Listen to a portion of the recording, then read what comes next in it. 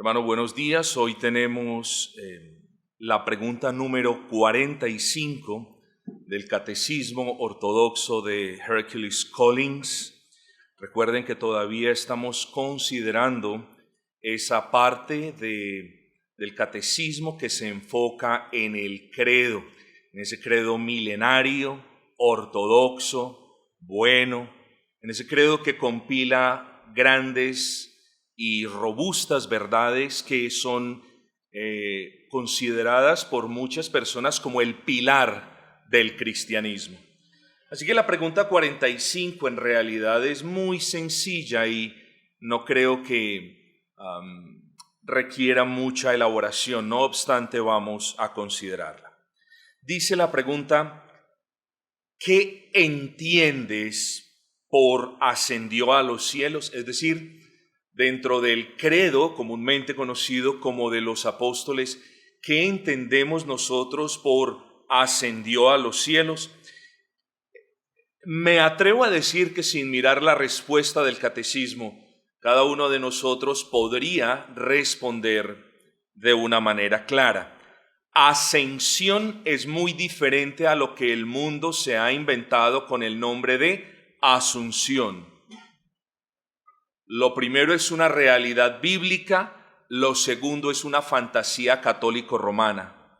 Cuando hablamos de ascensión, solamente hablamos o pensamos en el Señor Jesucristo. Por eso, la ascensión de Cristo a los cielos. El asunto de la asunción es la falsa creencia de que María fue elevada, llevada a los cielos. La asunción. No quiero elaborar más por ese lado porque darle espacio a algo que no tiene fundamento bíblico y que solo está basado en la historia, pues no nos compete a nosotros. Esas cosas las dejamos a otros. ¿Qué entiende usted, querido hermano? ¿Qué entiende usted por ascensión? Es decir, que Cristo ascendió a los cielos. La respuesta es muy sencilla. El catecismo nos dice que mientras sus discípulos miraban, Cristo fue elevado de la tierra al cielo y aún está allí por nosotros y estará hasta que regrese para juzgar a los vivos y a los muertos. Es decir, ¿qué otra explicación podremos necesitar? No obstante, como les dije, vamos a adentrarnos un poquitico en este asunto. Recuerden que estamos en el contexto del credo. Recuerde que hemos ya confesado que el Señor Jesucristo, Señor nuestro, que Él murió, que fue crucificado, muerto, sepultado y que al tercer día resucitó. Eso lo hemos confesado ya. La última vez, de hecho, consideramos la resurrección del Señor y recuerden que nos deleitamos en el provecho que tenemos a partir de esa resurrección, ¿cierto? Justificación, santificación y glorificación. De la resurrección del Señor Jesucristo nos beneficiamos en gran manera y dimos las explicaciones pertinentes. Ahora pensamos, mis amados, en un hecho histórico, no en una fábula, no en algo que pasó de generación en generación. Pensamos en un hecho histórico, en algo real que marcó el fin, podríamos pensarlo o verlo de esa manera, del ministerio terrenal de nuestro Señor aquí. La ascensión, en el momento en el que nuestro Señor asciende a los cielos, podemos decir que ese fue el final de su ministerio terrenal. Eso podríamos decir. Así que al hablar de la ascensión de nuestro Señor, hacemos referencia, tal y como nos lo dice el catecismo, a la elevación de la persona de Cristo de la tierra, estaba aquí, a los cielos. No hablamos, aunque sobra decirlo, pues, no hablamos de un ascenso simbólico, no hablamos de un ascenso místico, no hablamos de un ascenso sensorial o percibido por algunos o los sentidos de unos como ¿será que ascendió? Yo creo que ascendió. Hablamos de algo real, hablamos de que muchas personas fueron también testigos de este acto sobrenatural en el que, entre muchos otros mensajes, el Señor estaba dejando uno claro: mi Hijo eterno venció sobre la muerte y subirá y estará a mi diestra intercediendo por quienes se quedan. Mi Hijo eterno venció sobre la muerte y tanto Él como yo enviaremos al Espíritu de la promesa. Y hermanos, nos maravillamos realmente con esto que sucedió, porque imagínense en ustedes a los discípulos del Señor por un solo momento, observando con sus ojos mortales la prueba más grande de la inmortalidad misma, sorprendidos de que su Señor no solamente había resucitado, cosa que ellos ya tenían en claro, pues se le había aparecido a muchos de ellos, a todos incluso, pero que ahora Él, delante de sus ojos, subía a los cielos. Ese Cristo viviente, resucitado, glorioso, ascendiendo a los cielos. Ese Rey victorioso ahora estaba ascendiendo a tomar su trono, pero ahora de manera física. ¡Qué cosa maravillosa!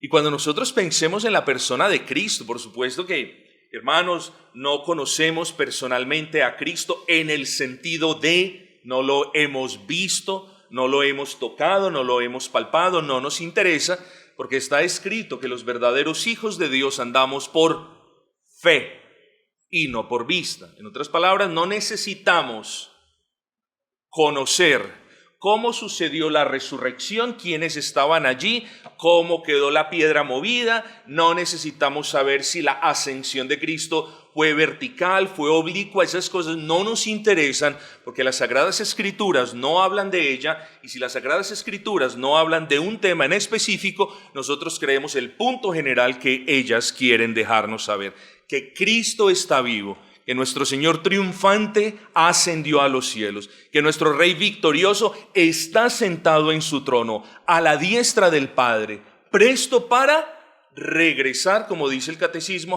a juzgar a vivos y a muertos. Pero esta ascensión, prueba de su victoria sobre la muerte, definitivamente. Pero sobre otras cosas, esto es prueba de su divinidad. Podríamos decir que entonces no solamente esa ascensión trajo a un fin su ministerio terrenal, pero estaba en cierta manera inaugurando el comienzo de su ministerio intercesor celestial a la diestra del Padre. El Señor, hermanos, si lo pensamos, el Señor, nuestro buen Señor, nunca ha dejado de servirnos. Cuando vino a este mundo, vino no para ser servido, sino para servir, para dar su vida en rescate por nosotros. Todo lo que sufrió el Señor fue a causa nuestra. Todas las victorias que obtuvo el Señor y todas las bendiciones que emanan de la cruz y de su obra fueron para nosotros. ¿Usted qué cree que estaba pensando nuestro buen Señor cuando fue crucificado? ¿Tenía autocompasión? ¿Sentía dolor por Él, por su cuerpo? ¿Se estaba quejando de las injusticias que lo habían llevado a esa cruz? No, mis amados, los grandes teólogos dicen, muy probablemente el Señor estaba pensando en todos y en cada uno de nosotros, y eso lo incluye a usted.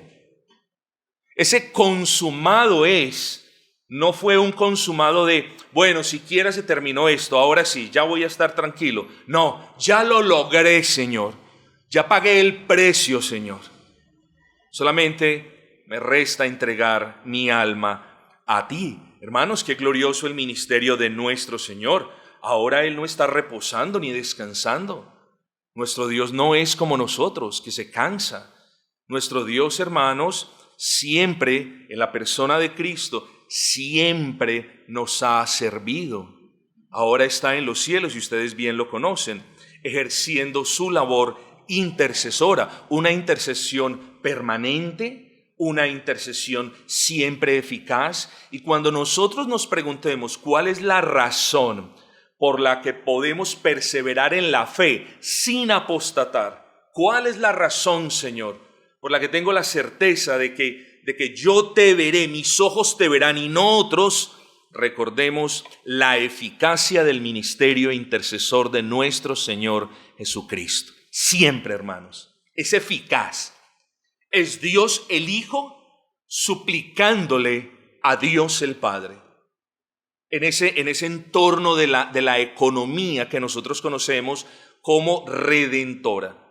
Igual en personas, igual en señorío, igual en gloria, ¿cierto? Subsisten las tres personas dentro de la misma esencia divina. No hay diferencia en gloria, en honor, en poderío, para nada. Pero nosotros, hermanos, allí vemos al Hijo suplicando, intercediendo a favor de aquellos por quienes murió en la cruz del Calvario, es decir, suplicando e intercediendo por ti, y por ti también, y por ti y por todos los aquí presentes. Qué bueno que podamos estar confiados, mis amados hermanos. Si nos gozamos porque sabemos que alguien está intercediendo por nosotros, ¿no es así? Nos gozamos saber que un hermano está orando por nosotros. Eso para mí es de gran bendición. ¿Cuál va a ser nuestra reacción siendo conscientes de que es nuestro Señor quien está intercediendo por nosotros, hermanos? Esa intercesión hay que saberla entender. Esa intercesión no es, Padre, que mis hijos no pequen, porque si esa fuera la intercesión, su intercesión sería ineficaz. Porque todos los días pecamos, de palabra, de pensamiento, de obra. La intercesión es, guárdalos, Señor. Recuerden la oración sumo sacerdotal de Juan. Guárdalos, Señor. Así como yo los he guardado, así como los he protegido, guárdalos tú. Esa es la oración, hermano. Que nosotros seamos guardados todos los días hasta el fin. Que nuestra fe nunca acabe. Esa es la oración. Que nosotros no regresemos, no le demos la espalda al Dios que nos ha amado. Esa es la oración. Entonces, mis amados hermanos, damos gloria al Señor, porque nuestro Señor está a la diestra del Padre, intercediendo por nosotros. Tengo que afanarme un poquito. Así que, hermanos, Cristo vive y está sentado a la diestra del Padre, ejerciendo su oficio intercesor. En aquel tabernáculo perfecto del que nos habla el libro de Hebreos en su capítulo 9, 11. Ya no está aquí entre nosotros, sino está en el tabernáculo mismo perfecto, no hecho con manos de hombres. Esto es en el cielo. Cristo está en el cielo, mis amados, y allí estará, como lo dice el catecismo, mejor como lo dicen las Sagradas Escrituras, allí estará a la diestra del Omnipotente hasta que el tiempo señalado por Dios se cumpla y Él descienda triunfante, ya no como siervo, sino como Rey y Juez, para sentarse en su trono a juzgar a vivos y a muertos. Eso es todo lo que nos dice el catecismo. Dice, y aún está allí, después de su ascensión, aún está allí por nosotros y estará hasta que regrese para juzgar a los vivos y a los muertos. Quiero darles una pequeña introducción de la próxima pregunta. Nos preguntamos, entonces, ¿dónde está Cristo a la final? ¿Está en los cielos o está con nosotros?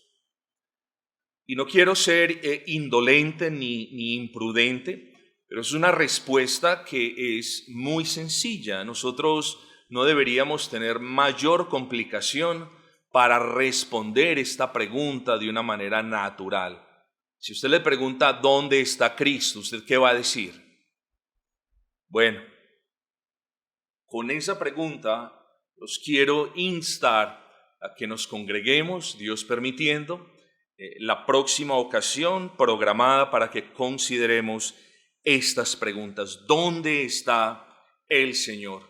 Bueno, el catecismo, si usted se apoya en esta pregunta, usted dirá, está en los cielos, a la diestra del Padre. Muy bien. Pero ¿qué tal si alguien le dice, oiga, ¿y no le prometió su Señor que Él iba a estar con todos ustedes todos los días hasta el fin? ¿Cómo es eso? Ahí es donde nosotros debemos aprender o dar defensa de lo que conocemos y en toda humildad les debemos explicar de repente lo que ellos no conocen o lo que ellos no creen. He aquí pues, hermanos, la pregunta 45, muy sencilla. Es un poquito difícil porque hay unas preguntas muy obvias, muy sencillas, y hay otras, hermanos, bastante elaboradas, de las que ciertamente se requeriría mayor tiempo. Este es el tiempo que tenemos, espero que sea de bendición, de ayuda. Son cuestiones devocionales, inclúyalas de cuando en cuando en sus meditaciones.